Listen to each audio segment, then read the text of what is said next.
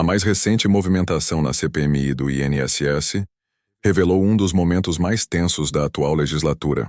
A decisão do presidente da comissão, senador Carlos Viana, de colocar em pauta a convocação de José Ferreira da Silva, o Frei Chico, irmão do presidente Luiz Inácio Lula da Silva, trouxe para o centro das atenções uma disputa que ultrapassa os limites da investigação sobre fraudes previdenciárias. O que se desenha é um embate político de proporções nacionais, em que a oposição busca expor fissuras no entorno presidencial, enquanto a base governista tenta conter o avanço de um discurso de criminalização que ameaça respingar diretamente no Planalto. A sessão da CPMI foi marcada por um clima de tensão crescente. O sindicalista Milton Baptista de Souza Filho, presidente do Sindinap, manteve-se em completo silêncio, amparado por um habeas corpus concedido pelo ministro Flávio Dino, do Supremo Tribunal Federal. A decisão judicial, que garante o direito de não responder a perguntas que possam incriminá-lo, foi o estopim para uma série de críticas inflamadas por parte da oposição. Carlos Viana não poupou palavras ao classificar a situação como um escárnio diante da nação, afirmando que o Brasil não pode mais tolerar a blindagem de quem deve explicações aos aposentados. Sua fala foi um reflexo da insatisfação de um grupo parlamentar que enxerga no silêncio do depoente não um direito, mas um gesto de impunidade. Durante as mais de 10 horas de sessão, o que se viu foi uma disputa de narrativas. Enquanto os parlamentares aliados do governo pediam respeito às garantias constitucionais, a oposição explorava cada momento de silêncio como prova moral de culpa.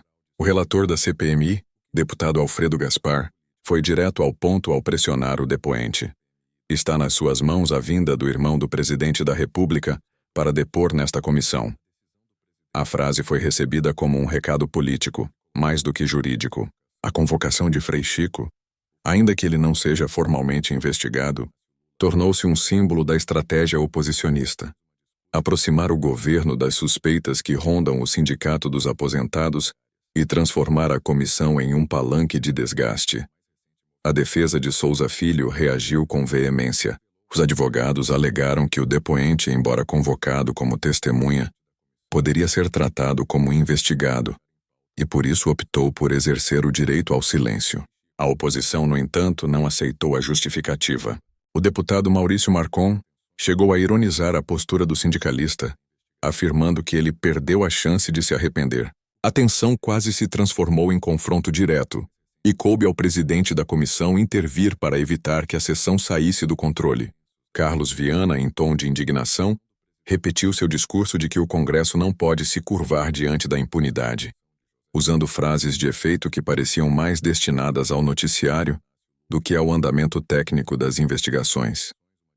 Frei Chico, alvo da convocação, tem longa trajetória no sindicalismo e foi figura importante nas primeiras lutas trabalhistas ao lado do próprio Lula.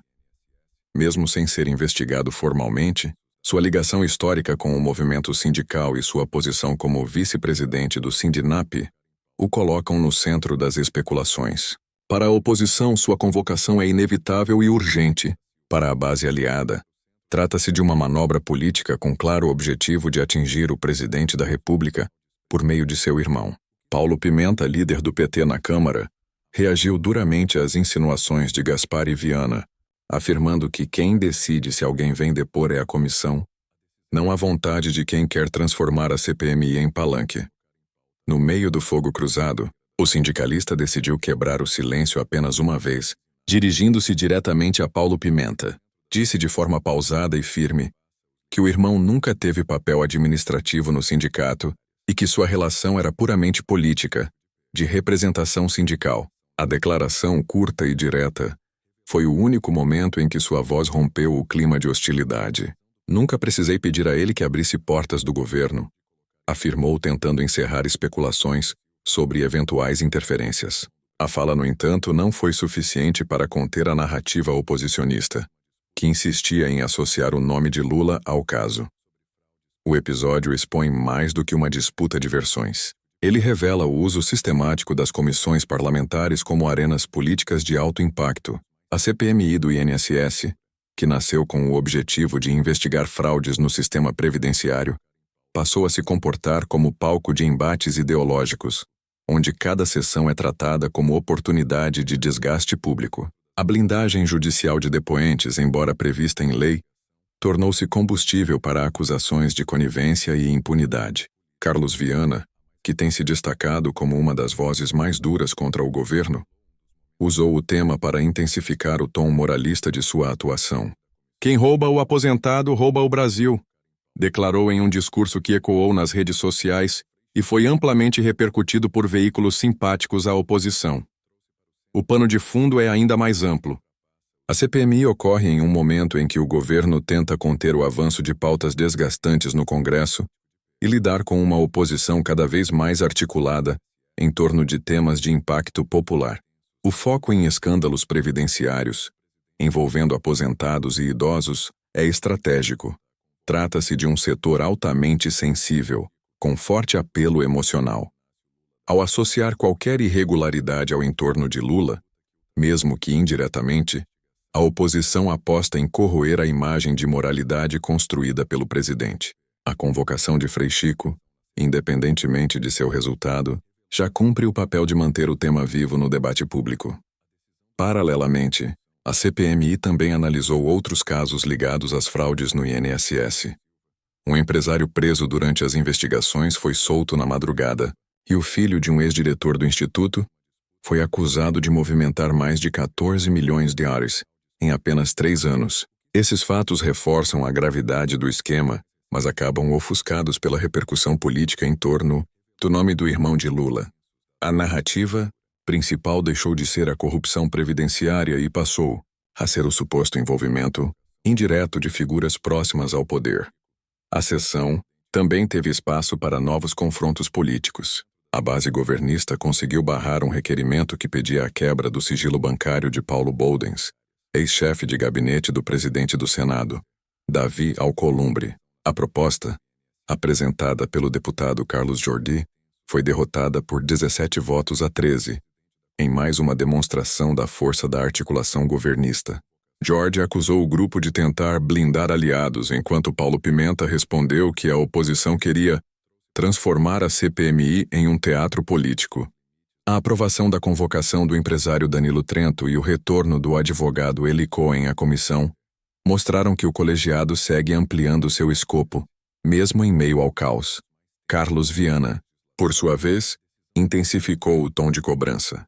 Reuniu-se com o ministro André Mendonça para pedir a prisão preventiva do advogado Nelson Williams, que também se manteve em silêncio durante depoimento anterior. O pedido, embora de difícil aceitação jurídica, serve ao propósito político de mostrar rigor moral e manter o debate nas manchetes. É a velha estratégia das CPIs e CPMIs brasileiras. Quanto maior o barulho, maior o capital político extraído. Ao final, a convocação de Frei Chico tornou-se o símbolo de um país dividido entre o legalismo e o espetáculo. Para uns, trata-se de um ato legítimo de investigação. Para outros, de uma tentativa evidente de constranger o presidente por meio de laços familiares. A CPMI do INSS, que deveria se concentrar em desviar o foco dos crimes financeiros contra aposentados, transformou-se em um ringue político onde o objetivo não é descobrir a verdade, mas impor narrativas. O Brasil volta a assistir ao mesmo roteiro de sempre. Um palco onde a justiça é substituída pela conveniência, e onde o silêncio, a cada nova sessão, fala mais alto que qualquer palavra.